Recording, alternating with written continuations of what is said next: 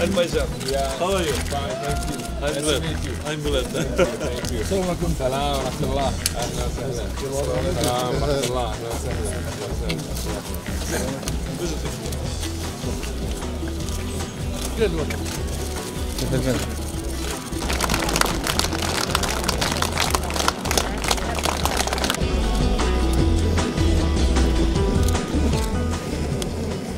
Hurmatlı Asya Şerpiç, hurmatlı Şeyhler Mirza, hurmatlı mehmandar, bugün bizden Karagılcı жерine kut gelip, barımız yaşınaka manay menen mına ушундай жақсы құрылманы комплексті ашуға чогулуп турабыз.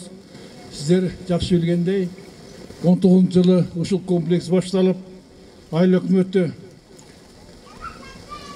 32 сотық жер бөліп беріп, ушул жерге bir жакшынакай ниет тилек менен bir комплекс курсак деген иш башталган эле, бирок өткөн жылкы билесиздер, илетке байланыштуу кичине иш толгундап, мына бүгүн Кудай буйруган экен, баарыбыз чогулуп ушул жакшынакай окуяга күбө болуп турабыз.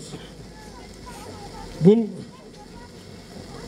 комплекстин курулушуна биздин алыстан келген досторубуз, меймандарыбыз кайрымдуулук кылып, бардыгы болуп 42 миллион сом каражатын жумшап, бүгүн жакшынакай биздин элибизге белек тапшырып отурат. Бердеги негизги максат, өзүңөр байкаган чыгарсыздар, урматтуу агай туугандар, негизги багыт элдин муктаждыгына жардам берүү, колдоо көрсөтүү, кайрымдуулук ишин жасоо болуп эсептелет. Мына бүгүн ушу комплекстин ачылышына биздин алыстан келген меймандар катышып отурат. Мен кичине сиздерге таанышып кетейин. Эми барыңыздар билесиңер, Асылбек Шерпичти ушул ишин башында туруп, уюштуруп, багыт берип, ушу менин элим эле, жерим эле, туугандарыма деп ушул фондду алып келип, ишти аянат чогултурат. Ошондой эле ушул чоң иштин демөөрчүсү, уюштуруусу негизчилеринин бири Шейх Дари Мырза, Күвейт мамлекетинин Ассалам кайрымдуулук фондунун вице-президенти берип отурат. Ошондой эле меймандардын катарында азыр келип отурат Кудайбергенов Адил Кадырбекович, Ассалам кайрымдуулук фондунун Бишкек филиалынын президенти. Кечир коесуздар, ал мейманыбыз келбей калыптыр, ордуна а кишинин орун басар вице-президенти Бакыт Динизов келип отурат. Ошондой эле ушул Ассалам фондунун түштүк аймакта өкүлү кечирекей таштан баштап баарын айына чыгарган биздин инибиз Исак Эркинбек отурат берди. Учурдан пайдаланып, урматтуу меймандар, мына ушул Карагылжы элине кызмат кылып берели, элинин бир муктаждыгын чечели, кайрымдуулук кылалы деп ниет кылып, ишти баштап айына чыгып отурганыңыздар үчүн силерге терең ыраазычылыкты билдиребиз. Өзгөчө ыраазычылыкты ушу Карагылжа сыяктуу тоолуу районго, тоолуу аймакка ушундай жакшынакай имараттарды куруп, элибизге тартылып аткандыгы үчүн өзгөчө ыраазычылыкты биздин мейманыбыз Шейх Дари Мырзага чоң ыраазычылык билдиребиз. Урматтуу Дари Мырза, сизди карагылжалдар жакшы билип калды, жакшынакай иш кылып атасыз. Буюрса, будан кийин дагы мына ушундай кайрымдуулук иштерди көп жасап, элибиздин алкышын алат деп ишенебиз. Ошондон эми туугандар, жакшынакай ишти баштайлы. Биринчи сөздө биздин урматтуу мейманыбыз, биздин досубуз, тууганыбыз десек да болот, Шейх Дари Мырзага берели. Ассаламу алейкум ва рахматуллахи ва баракатуh. الحقيقة في البداية أنا أود أن أتوجه بالشكر الجزيل لأخوي الفاضل مستر أسيل وكل الحضور الأخوة الذين حضروا في هذا الوقت البارد أثناء تساقط هذه الثلوج. Birinciden barыбызга Аллахтын ырайымы жана саламы болсун. Андан кийин экинчиден ушул Асылбек Шариповичке рахматымды айтып кетет элем дейт. Ушунун баарын уюштуруп жана ушул соокка карабай келген силерге дагы чоң рахмат. كذلك أحب أن أشكر جمهورية قرقيزية كلها على حسن الاستقبال والحفاوة والتسهيلات لتنفيذ مثل هذه المشاريع لإخواننا في جمهورية قرقيزية. Жана ошондой эле бардык кыргызстандыктарды бир рахмат айтып кетмекмин дейт. Кайсыл бир ачылыш болбосун ушундай жакшы бир маанайда тосуп аласыңар дейт. وبالإضافة إلى العلاقات الثنائية بين دولة الكويت وأخواننا في جمهورية قرقيزية لأكثر من 25 سنة، إلا أن هناك روابط عديدة تربطنا وهو الدين الإسلامي. Биз Кыргызстан менен Кувейттин ортосундагы алака 25 жылдан бери келатат дейт. Анан бизди эң негизги байлап турган нерсе бул ислам дини дейт. Анда söz кезегин Жогорку Кеңештин депутаты урматтуу Асылбек Шариповичке берели. Бисмиллахиррахманиррахим. Ассаламу алейкум, урматтуу агайын туугандар, кымбаттуу карабылжалык туугандарым. Бүгүн абдан кубанычтуу күн болуп атат. Ушу чоң комплексти ачып атабыз. Мына кирбегендер кийин кирип көрсө болот. Бул жердечи заманбап Кудай буйрса. Мына окуу жайы бул жер. Мектепке чейинки балдар бул жерде окуйт Кудай буйрса. Ал жакта ПТУда кесиптик лицейге жатакана заманбап. Кесиптик лицейге келген кыз балдар мына тигүүчү кесипке ээ болсун деп бул жерде 80 орундук тигүүчү цех ачылды бул жерде. Бул жерде сиздердин балдарыңыздар окуйт, жатат, кесипке ээ болот бул жерге. Заманбап şu имараттарды Кудай буйрса бүгүн кабыл алып атабыз. Биздин Дари мырза сиздерге мына бүгүн элге тапшырып кетип атат. Бул жерде пекарный цех, хлеб завод мындай шетин ачылып атат. Заманбап Түрк мамлекетинен жабдуулар алып келинген бул жерде. Ысык нан жейсиздер Кудай буйрса. Анан бул жакта мечит менен медресе бул жерге. Ушунун бардыгы сиздердин суранычыңыздар менен, ушу шайлоочу сиздер эл талабыңыздар менен ачылып атат. Мен ушул жерде биринчи иретте ушу Дари мырзага, анан бул киши менен чогуу Кувейтте калган ушу спонсорлорго чоң ыраазычылык билдирип кетейин. Сиздердин атыңыздардан, аны өзүмдүн атыман чоң рахмат. Аллах ыраазы болсун. Урматтуу туугандар, Араб фонддору, кайрымдуулук фонддору биздин Карабылжада көп жумушту кылды, игылып атат дагы. Мына 5 мектеп курулду. Мамлекеттик эмес каражаттардан 5 мектеп Карабылжада. Бир 10дон ашык 10 чакты фаптар курулду. Мына жерде группа семейных врачей, үй-бүлөлүк дарыгерлик 2 имаратты курушту. Бул жерде биздин больницанын инфекционный отделениясы заманбап кылып оңдоп берди кайрадан. Детсадтарды куруп атышат бүгүнкү күндө. Дагы былтыр башталды, быйыл дагы дегенде 3 мектеп курулуп атат. 3 мектепти дагы алып келебиз быйыл курганга, Кудай буйрса. Bunun bardыгы bizim Karabılja eli, Karabıljanын балдары заманбап тарбиялансын, заманбап билим алсын, заманбап окусын деп. Мамлекет жасап аткан иштерди айтпай эле коеюн, Кудайга шүгүр. Таза суу, мектептер, спорт залдар курулуп атат.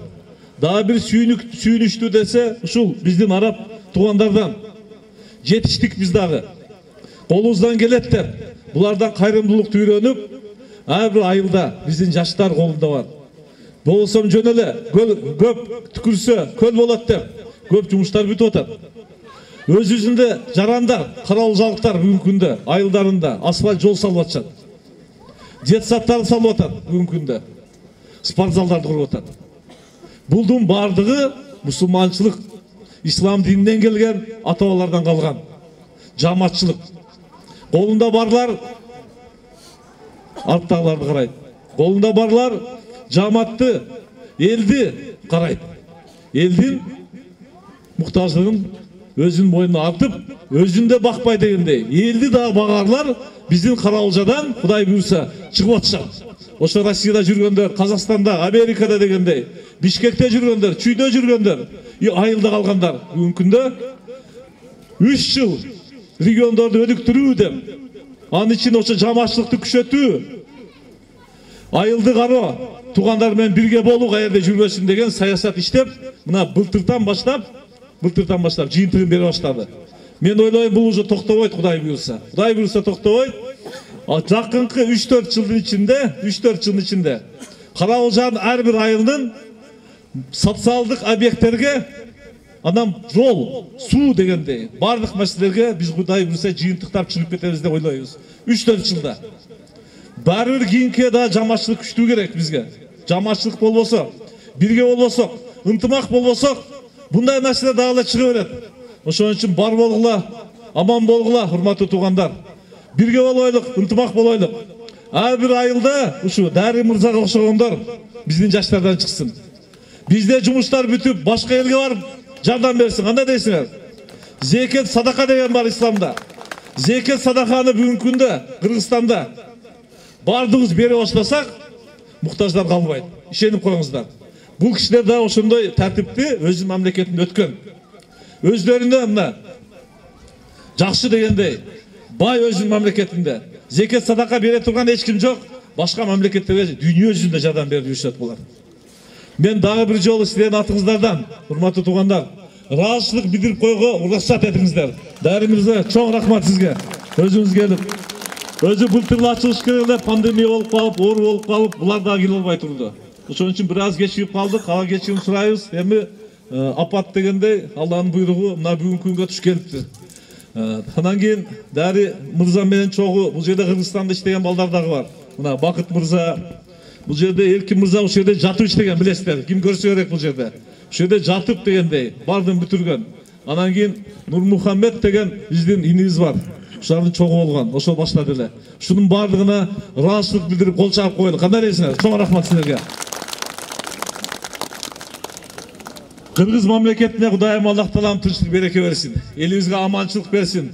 En negiz ıntımakçılık versin. Şükürlük versin, tokşuluk versin. Aman esen bolunuzlar, daima bar boloyluk, Karaljalıklar, Kuday buyursa, ıntımak bolsa, bardık muhtaçlıklarınız çeşilir. Çok rahmat. Söz кезеги Каралжа аймагынын 500 айылынын тургундарынын атынан Жусупов Аттокур акебизге берилет. Келиңиz. Hurmatlı tuğanlar, buna Asılbek Şaripovich jana Assalam fondunun jetekçileri aytıp ketkendey, bugün Karalja ayılında çoğun mayram bolup oturat. Buna özüңүздөр бүгүnkү ılçıklar daha göresizler, özünçele bir kompleks bolup ayıldın körkünü açıp koydu da.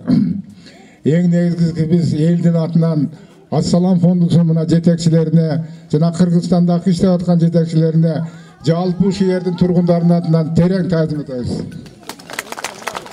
Asılbek Şaripovich'e da çın densiyalık kalaylık, Assalam fondusunun jalpı jetekçileri da çın densiyalık kalayыбыз. Ardayım bar bolуңуздар, bir ele bizin ayılda emas Kırgızstanda uşunday işlerdi жүргүзүп жүрөрүңүздөргө biz tilektешпиz.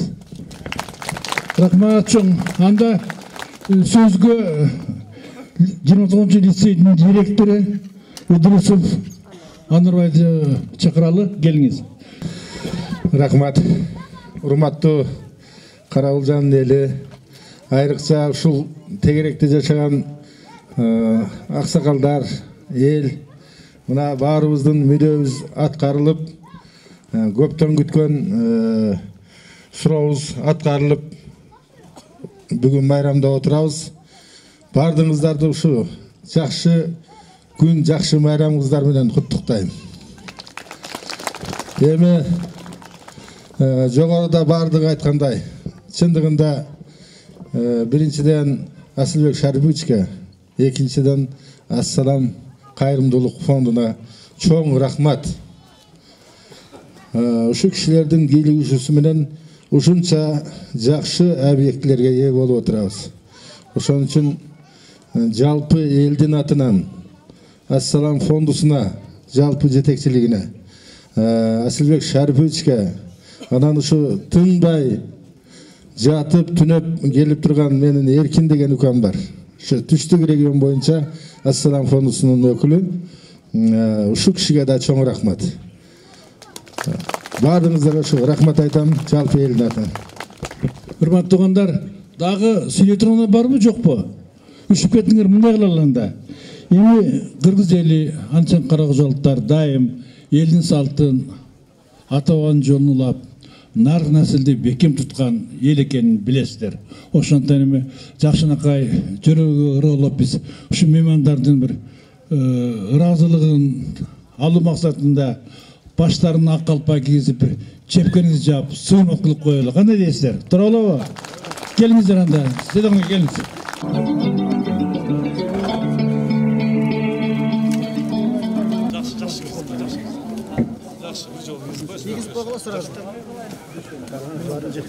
Рахмат чоң, урматтуу меймандар.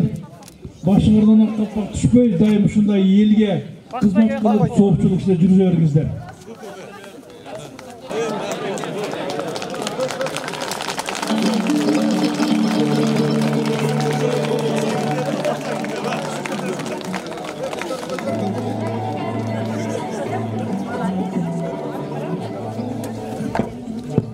Эми бул аким эмне берип атат, кагазын эле ташып атат дегениңиздер окуп берип коеюн. Бул ыраазылыкка деген бул калпак чепкен жана айткандай, бул элдин салты, ата бабадан келаткан сый-урмат. Ал эми азыркы замандын калпагы, чепкени баардык сөздөр мунуга жазылган. Бул ыраазылык.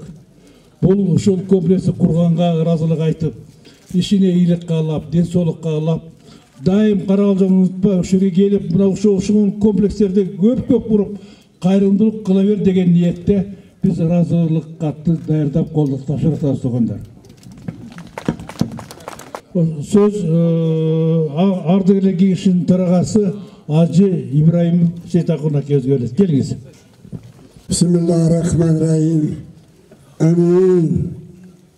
Ya Allah'ım, hurmatlı Gari Mirza, Allah Teala'm uşunday işte jasaganınız için Allah kazaksın.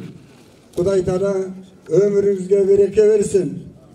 Bala bakıranızga, eli jurtumuzga, Küveyt eline, Küveyt'in fondusuna, Küveyt'lik Müslüman tuğanlarga, Kuday Teala şu Müslümansınız birikip, eli jurtumuz jalpı Müslümanca birlikte olup, imanlı pandaradan katarına olulu.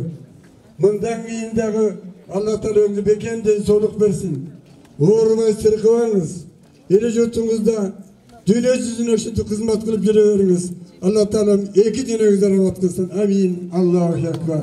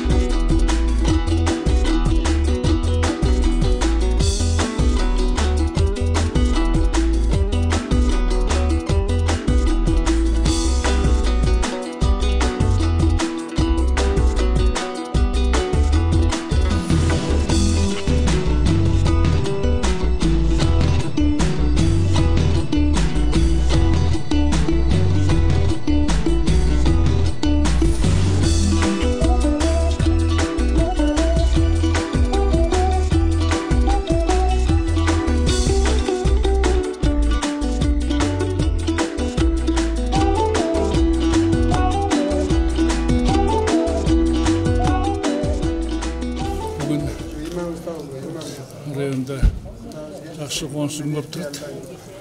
Өйткені біз былтыр башталған мынандай чоң комплексті ішке беру әзіріне қатыстық. Бұл комплекс 5 бағыттан тұрады. Біріншісі жатақхана, екіншісі швейный цех, үшіншісі пекарня, нан шығарған жер, балабақша. Бұл өткен жылы башталған болса, бірақ жаңағы індетке байланысты өткен жылы берілмей алған. Бұл екен нәрсе болып ашылып тұрады. Бұл комплекс негізінен жергілікті елдің тұтынушы өтінішіменен Араб Кувейттің Ассалам қайырымдылық фонды арқылы құрылды. Жалпы шығым 42 миллион сом түседі. Бұйырса осы жерден барлық шарты бар, заманбап талапқа жауап бере тұрған социалдық бағыттағы комплекс болды. Жалпы сол 5 объектте 60 қосымша жаңа орын түзіліп тұрады. Бұйырса осы жерден жастары, қыз-келіндері швейный цехте, балдары баш уақытында іштеп жашап, өзінің тұрмысын өткеріп деген ішімдеміз. Не деймін, комплекс алтынды болсын, ел жақсы қабыл алды. Ең башқысы, мынау шоқ-шоғын объекттер көп болса, елге жақсы болады. Тұрмыс шарты болады дегендей, ең мұқтаж шешіледі. Мынау өзіңіздер куә болғандай бүгінгі комплекстің açılışı ел үшін өте чоң жақсы нәрсе болып отырады. Бұл комплексте 70 орындық жатақхана, 100 орындық детсад, 35 орындық швейный цех, 10 адамды жұмышпенен қамсықыла тұрған пекарный цех, онан мечит медресесі менен түсті. Жалпы көлемі 42 миллион сомдық іш болды. Бұл негізінен бұл проекті тартып келген біздің жауап кеңесінің депутаты Асылбек Шәріпович ошонун жардамыменен тартылды. Кувейт мамлекетинин Ассалам фондусу тарабынан салынды. Негизинен курулуш абдан сапаттуу, жакшы современный жабдыктар менен жабдылган. Бардыгы детсаты дагы, окуу корпусу дагы, швейный цех дагы бардыгы жаңы современный мезгилдин талабына жооп бере турган жабдыктар менен жабдылды. Анан ушу кесиптик лицей боюнча ушул жерде качан окутуу башталат? Окуучуларды кабыл алуу. Быйылкы жылы кабыл алуу бүттү. Сентябрь айынан баштап кудай калса кабыл алына баштайт. Ошол жерде техникалар баары заманбап да? Бардыгы заманбап. Бардыгы заманбап. Эң жакшы жогорку сапаттагы квалификациялык кадрларды даярдап чыгарганга болот. Ушул бүгүнкү күн абдан кубанычтуу күн. Биздин Каралжы айыл өкмөтү тарабынан бардык жарандарында кубанычтуу күн болуп турат. Анткени бүгүн ушул Ассалам кайрымдуулук фонду тарабынан ушу комплекс 2019 жылы курулушу башталып, мына былтыр пандемияга байланыштуу бүтпөй калды, ачылбай калды эле. Ушул азыр ушу ачылуу аземде катышып отурабыз. Эми бул имараттар жөнүндө, ушул комплекс жөнүндө кеңири токтолуп кетсем, бул комплекстин ичинде тийүүчү цех жатаканасы менен бар, балабакча курулду, мечит, дагы пекарный цех, анан кийин мечиттин жанында мына балдар окуганга атайын ылайыкташтырылган медресе курулду. Эми биздин ушул тегеректеги жарандардын балдары кудай кааласа ушул жерге келип балабакчада тарбияланып, жакшы ушул тарбиялат деген ниеттебиз. Адан тышкары биздин Каралжы айыл өкмөтүнүн жарандары үчүн тигүү цехи ишке берилип атат. Бул жерде 80 орунду тигүү цехи. Ушул жерден дагы биздин кыз келиндерибизге алыскы Россияга барыш дегенде ушул жерден жумуш орун пайда болот деген үмүтүбүз бар. Мына Биймырзада дагы 2 жыл болуп калды. Тигүү цехи иштеп атат. Ошондой эле тигүү цехи ушул жерде дагы ачылып отурат. Ошондой дагы бу жерде пекарный цех ачылып атат. Бу жерден дагы ушул бала бакчага биздин айылдын райондун муктаждыгына иштей турган ушул пекарный цех ачылып атат. Ушул ишканалар бүт өзүбүздүн элибизге насип кылсын. Ушундай жакшы иштер дагы көп улана берсин.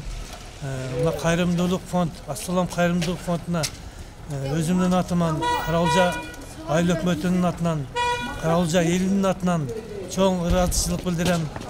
Ассалам кайрымдуулук фонду будан дагы жакшы иштерди аткара берсин. Биздин Кыргызстаныбыздын элине көп жардамдарды берип келатат, мечиттерди куруп атат. Былтыр айтып кетсем, 1 май айылыбызга 2 мечит куруп тартуулап беришкен. Дагы ушундай жакшы иштерди аткарып атышат.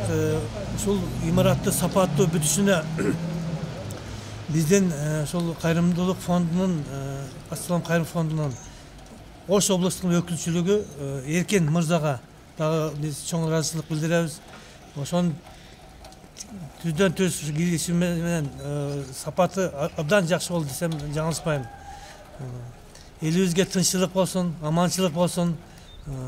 Асылбек Шариповичке, биздин депутатка ушул фондун алып келип, ошолор менен байланышып, ушул фондуга аркасынан түшүп, ушул имараттар салдырган үчүн Асылбек Шариповичке да чоң ыраазычылык билдиребиз. Элдин атынан, Каралжа айыл өкмөтүнүн атынан.